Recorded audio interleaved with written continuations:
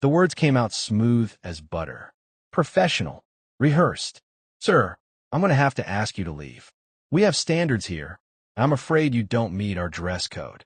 The manager's eyes flicked to the wheelchair, to the prosthetic leg visible where the pant leg had ridden up, to the service dog sitting perfectly still at the veteran's side. His lip curled just slightly. Just enough. Perhaps you'd be more comfortable at one of the less formal establishments down the street. Marcus Webb, former Army Ranger, 2 tours in Afghanistan, Purple Heart recipient, looked up from his wheelchair at this man in a cheap suit who was asking him to leave a restaurant he'd made reservations at 2 weeks ago for his daughter's birthday. His daughter, who was parking the car right now, who had no idea her father was being thrown out like trash. I called ahead, Marcus said quietly, his hands gripping the armrests of his wheelchair. I told you I'd be in a wheelchair. You said it wouldn't be a problem. That was before I saw. The manager caught himself, smiled that professional smile again. Look, I run a high-end establishment. Our other patrons expect a certain atmosphere. I'm sure you understand.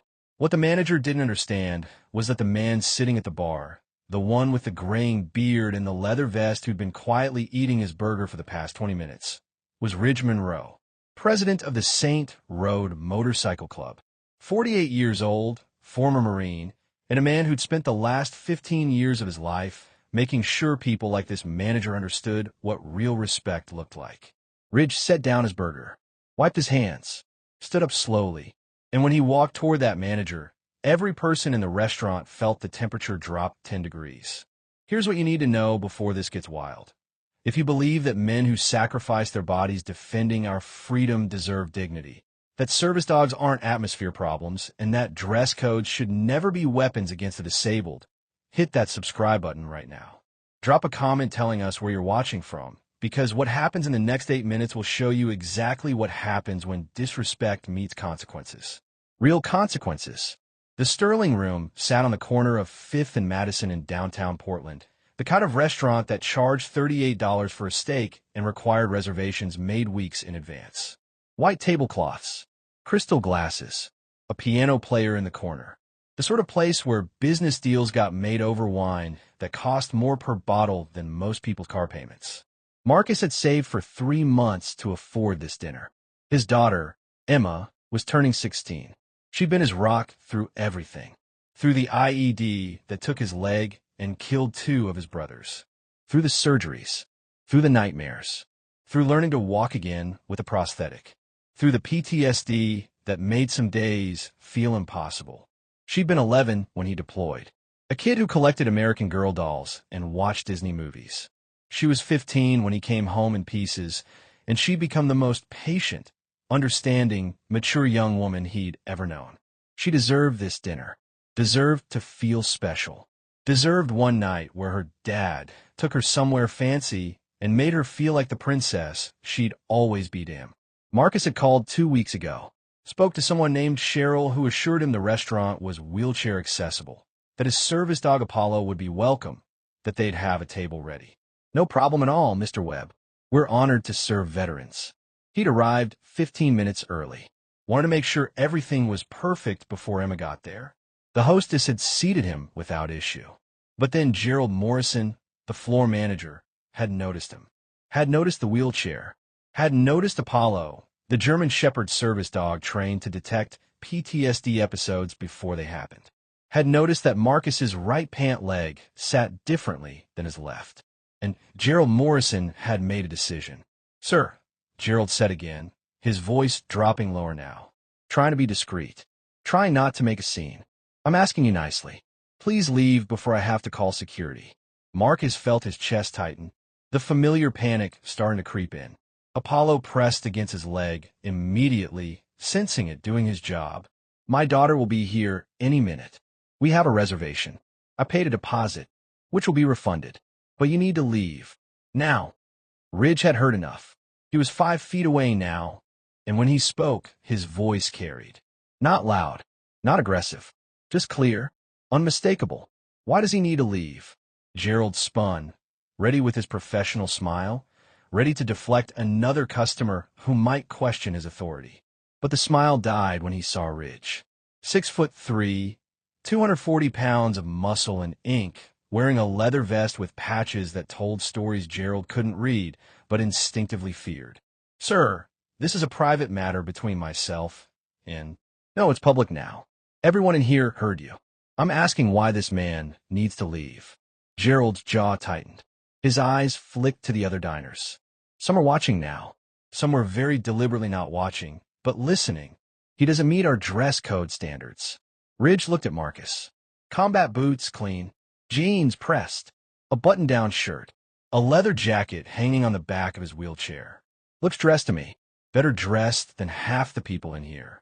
We have a policy about—" "About what? Wheelchairs? Service dogs? Or maybe about veterans who gave pieces of themselves so you could stand here in your cheap suit and pretend you're better than them." The restaurant went silent. Even a piano player stopped mid-note. Gerald's face flushed red. "I'm the manager here, and I'm telling you this is none of your concern. I'm asking both of you to leave before I call the police." "Call them," Ridge said simply. "I'll wait." What Gerald didn't know, what he couldn't have known, was that Ridge Monroe didn't just happen to be at the Sterling Room that night. He'd been meeting with the owner, Daniel Sterling himself, about catering services for a charity Ride the Saint Road MC was organizing, a ride benefiting wounded veterans. The owner had stepped away to take a phone call 15 minutes ago. He was still in his office, unaware of what his manager was doing. Gerald pulled out his phone, started dialing. "You have 30 seconds to leave before." Before what? A new voice. Female. Young. Terrified. Emma stood in the doorway. 16 years old, wearing the dress she'd bought specifically for this dinner. The one she'd saved her babysitting money for. She'd seen her father in his wheelchair. Seen the manager with his phone. Seen the biker standing between them. And she understood immediately that something was very, very wrong. "Dad!" Marcus's face crumbled. This was supposed to be her night. Her special night. And instead, she was watching her father get thrown out of a restaurant like he didn't matter. Like his service didn't matter. Like he was less than human because of what he'd sacrificed. "Baby girl, I'm sorry. We're gonna go somewhere else." "No," Emma's voice cracked but held firm. She walked straight to her father, put her hand on his shoulder. Looked at Gerald with eyes that had seen her father wake up screaming from nightmares. Had watched him learn to walk again. Had held his hand through pain this manager couldn't imagine. "Why are you doing this?" Gerald's expression softened just slightly. She was a kid, not the enemy. "Miss, your father doesn't meet our standards. I'm sure there are other restaurants that would be more appropriate for his situation." "His situation?" Emma's voice rose. "You mean being a war hero? You mean losing his leg, saving people? You mean having a service dog that's better behaved than half the people in here?"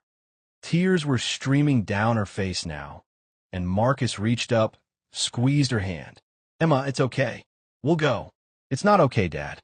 It's not." Ridge watched this girl, 16 years old, defend her father with more courage than most adults could muster. Watched her stand up to authority, stand up to injustice, refuse to back down. And he made a decision that would change everything. He pulled out his phone, not to call the police, to call his brothers. "Hound, I need you at the Sterling Room on 5th. Bring everyone who can get here in 15 minutes. We got a situation." He paused, looked at Marcus in his wheelchair, at Emma crying, at Gerald with his smug smile starting to return. "We got a veteran being disrespected." "Yeah, everyone." Gerald's smile faded. "You can't just—" "I can. And I did." Ridge put his phone away, looked at Gerald with eyes that had seen combat, had seen the worst of humanity, had learned to recognize cowards when he saw them. "Here's what's going to happen. You're going to seat this man and his daughter at the best table you have. You're going to give them exemplary service. And you're going to apologize." "Or what?" "Or in about 12 minutes, 40 members of the Saint Road Motorcycle Club are going to arrive. And we're going to have a very public conversation about how the Sterling Room treats disabled veterans." Gerald laughed. Actually laughed. "You think I'm scared of bikers? I'll call the police. Have you all arrested for trespassing. Do it. Call them. I'll wait." Ridge crossed his arms. Behind him, other diners were pulling out phones. Recording. Because this wasn't just about one veteran anymore. This was about everything those phones would capture. Everything that would go viral. Everything that would define the Sterling Room forever. And Gerald Morrison had no idea he'd just made the worst mistake of his life. Because the thing about Ridge Monroe, the thing Gerald couldn't have known, was that Ridge specialized in exactly this. He'd spent 15 years with the St. Road MC protecting people who couldn't protect themselves. He'd stood between bullies and victims more times than he could count. And he'd learned that the best weapon wasn't intimidation. It was exposure, documentation, making sure everyone saw exactly who you really were. The phones recording weren't his enemy. They were his allies. At 6:47 p.m., the rumble started. Low at first, distant, then louder. The unmistakable sound of multiple motorcycles approaching. Gerald's confidence wavered, just slightly. By 6:49, the first bikes were pulling up outside. Harleys, Indians, Customs. Riders dismounting. 42 of them. Not everyone from the chapter, but everyone who could get there on 15 minutes' notice.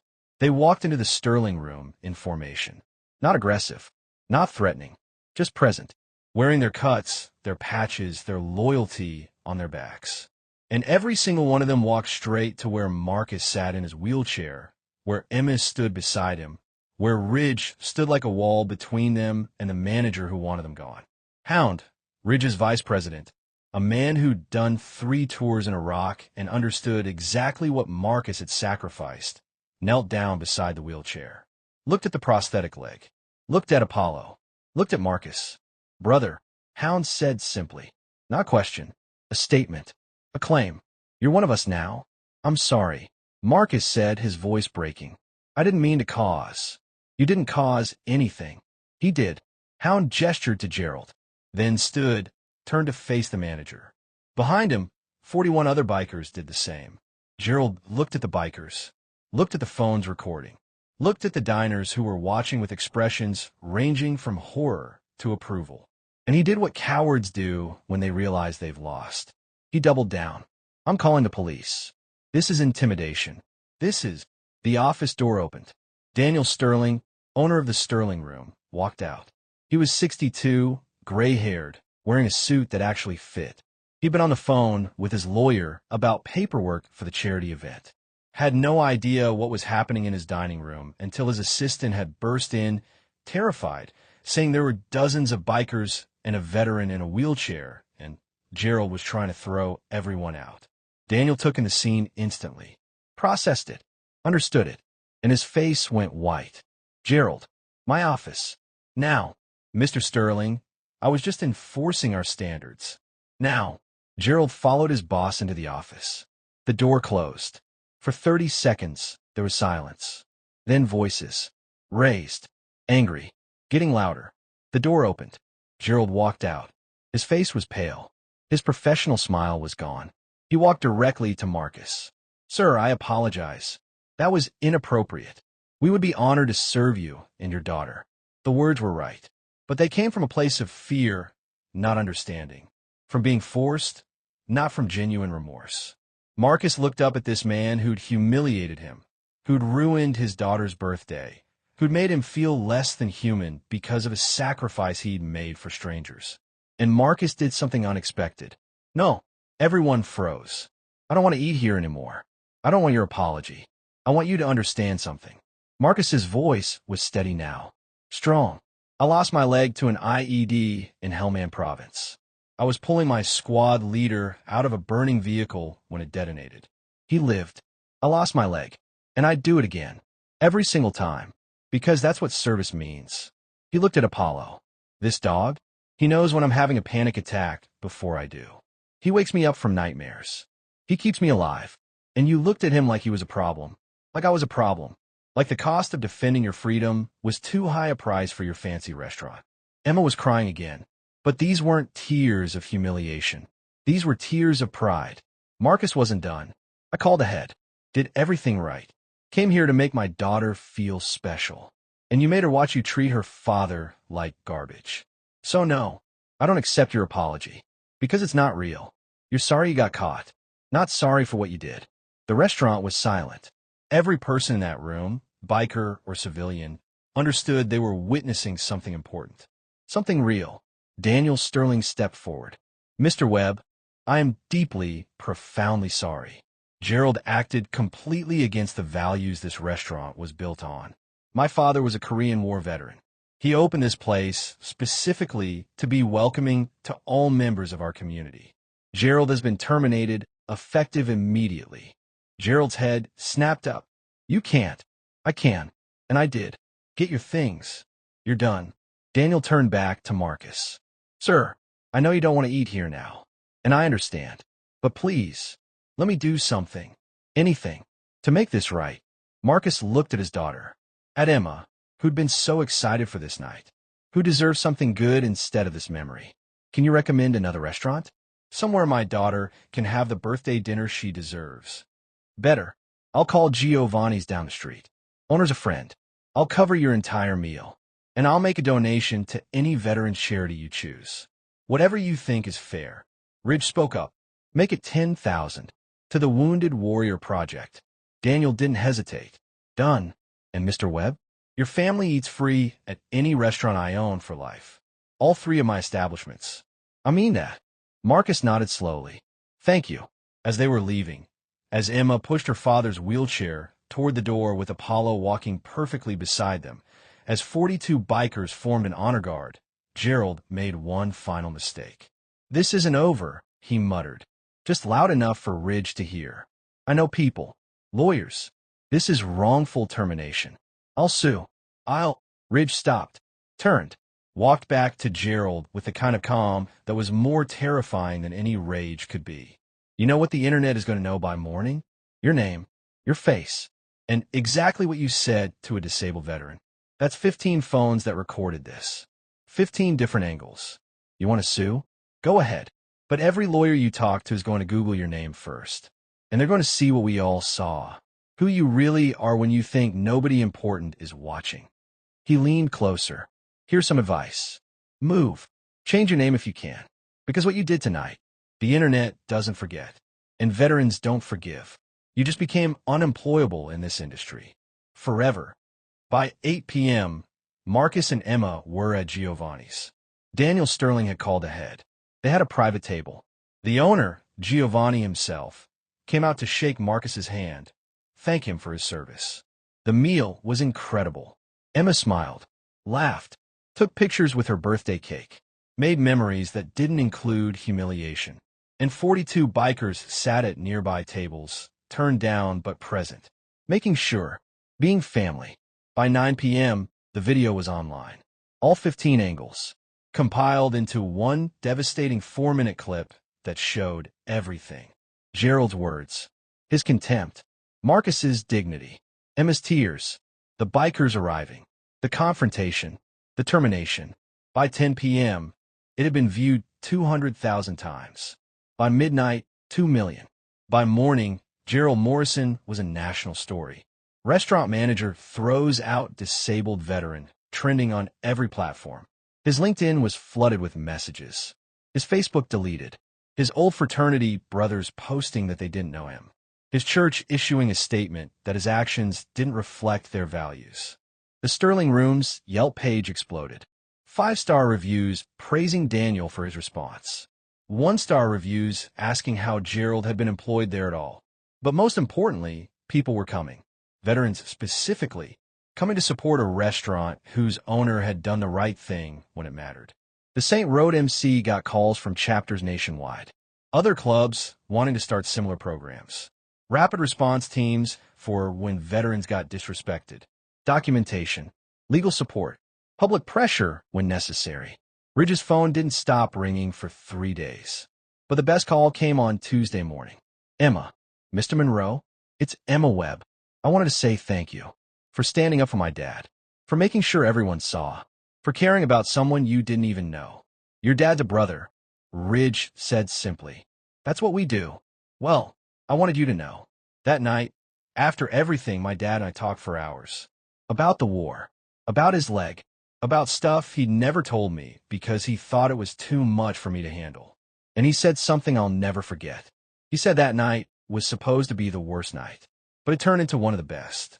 Because it reminded him that most people are good. That when bad things happen, good people show up. That he's not alone. Ridge's throat tightened. He's not. None of you are. I know that now. And I'm going to remember it. When I'm older, when I see someone being treated wrong, I'm going to remember that standing up matters. That one person can make a difference. That bikers in leather vests can be heroes. After he hung up, Ridge sat in his garage for a long time, thinking about Marcus, about Emma, about Gerald Morrison, whose life was effectively over because he'd forgotten that every person deserves dignity. That service means something. That the cost of freedom is paid by real people with real families who deserve respect. 6 months later, Marcus was invited to speak at the St. Road MC's annual charity ride. 500 bikers showed up. They raised $127,000 for the Wounded Warrior Project. Marcus spoke for 15 minutes about service, sacrifice, and the unexpected angels who show up wearing leather. Emma was there too, 17 now, stronger. She'd started a program at her high school, Respect Our Veterans, teaching kids about service, about sacrifice, about treating people with dignity regardless of how they look or what challenges they face. And Ridge Monroe stood at the back of that crowd, watching this veteran he'd defended in a restaurant speak about hope and humanity and the power of people who refuse to look away. And he thought about all the Gerald Morrisons in the world, all the people who judge based on appearance, who think dignity is something you earn instead of something you're born deserving. But he also thought about the 15 people who pulled out their phones, the owner who made it right, the bikers who showed up on 15 minutes notice, the daughter who refused to let her father be diminished, the community that rallied. Bad people exist, but they only win when good people do nothing. If this story moved you, if it made you think about how we treat veterans, how we treat the disabled, how we treat each other, do 3 things right now. First, hit subscribe. These stories matter. They need to be told. They need to reach people who might be in Marcus's position, who might need to know that help exists. Second, share this video. Post it everywhere. Thogo Vetoren. Tag someone who works with disabled communities. Tag your local motorcycle club.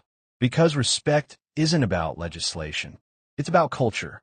And culture changes one share at a time. Third, comment. Thank you for your service. Fill this section with gratitude. Because somewhere right now, a veteran is wondering if their sacrifice mattered. If anyone remembers. If anyone cares. Show them. Remind them. Honor them. And if you're out in the world and you see someone being treated the way Marcus was treated, don't record and walk away. Don't post about it later. Stand up in the moment. Be the Ridge Monroe someone desperately needs. Be the person who refuses to let dignity be stripped away without consequence.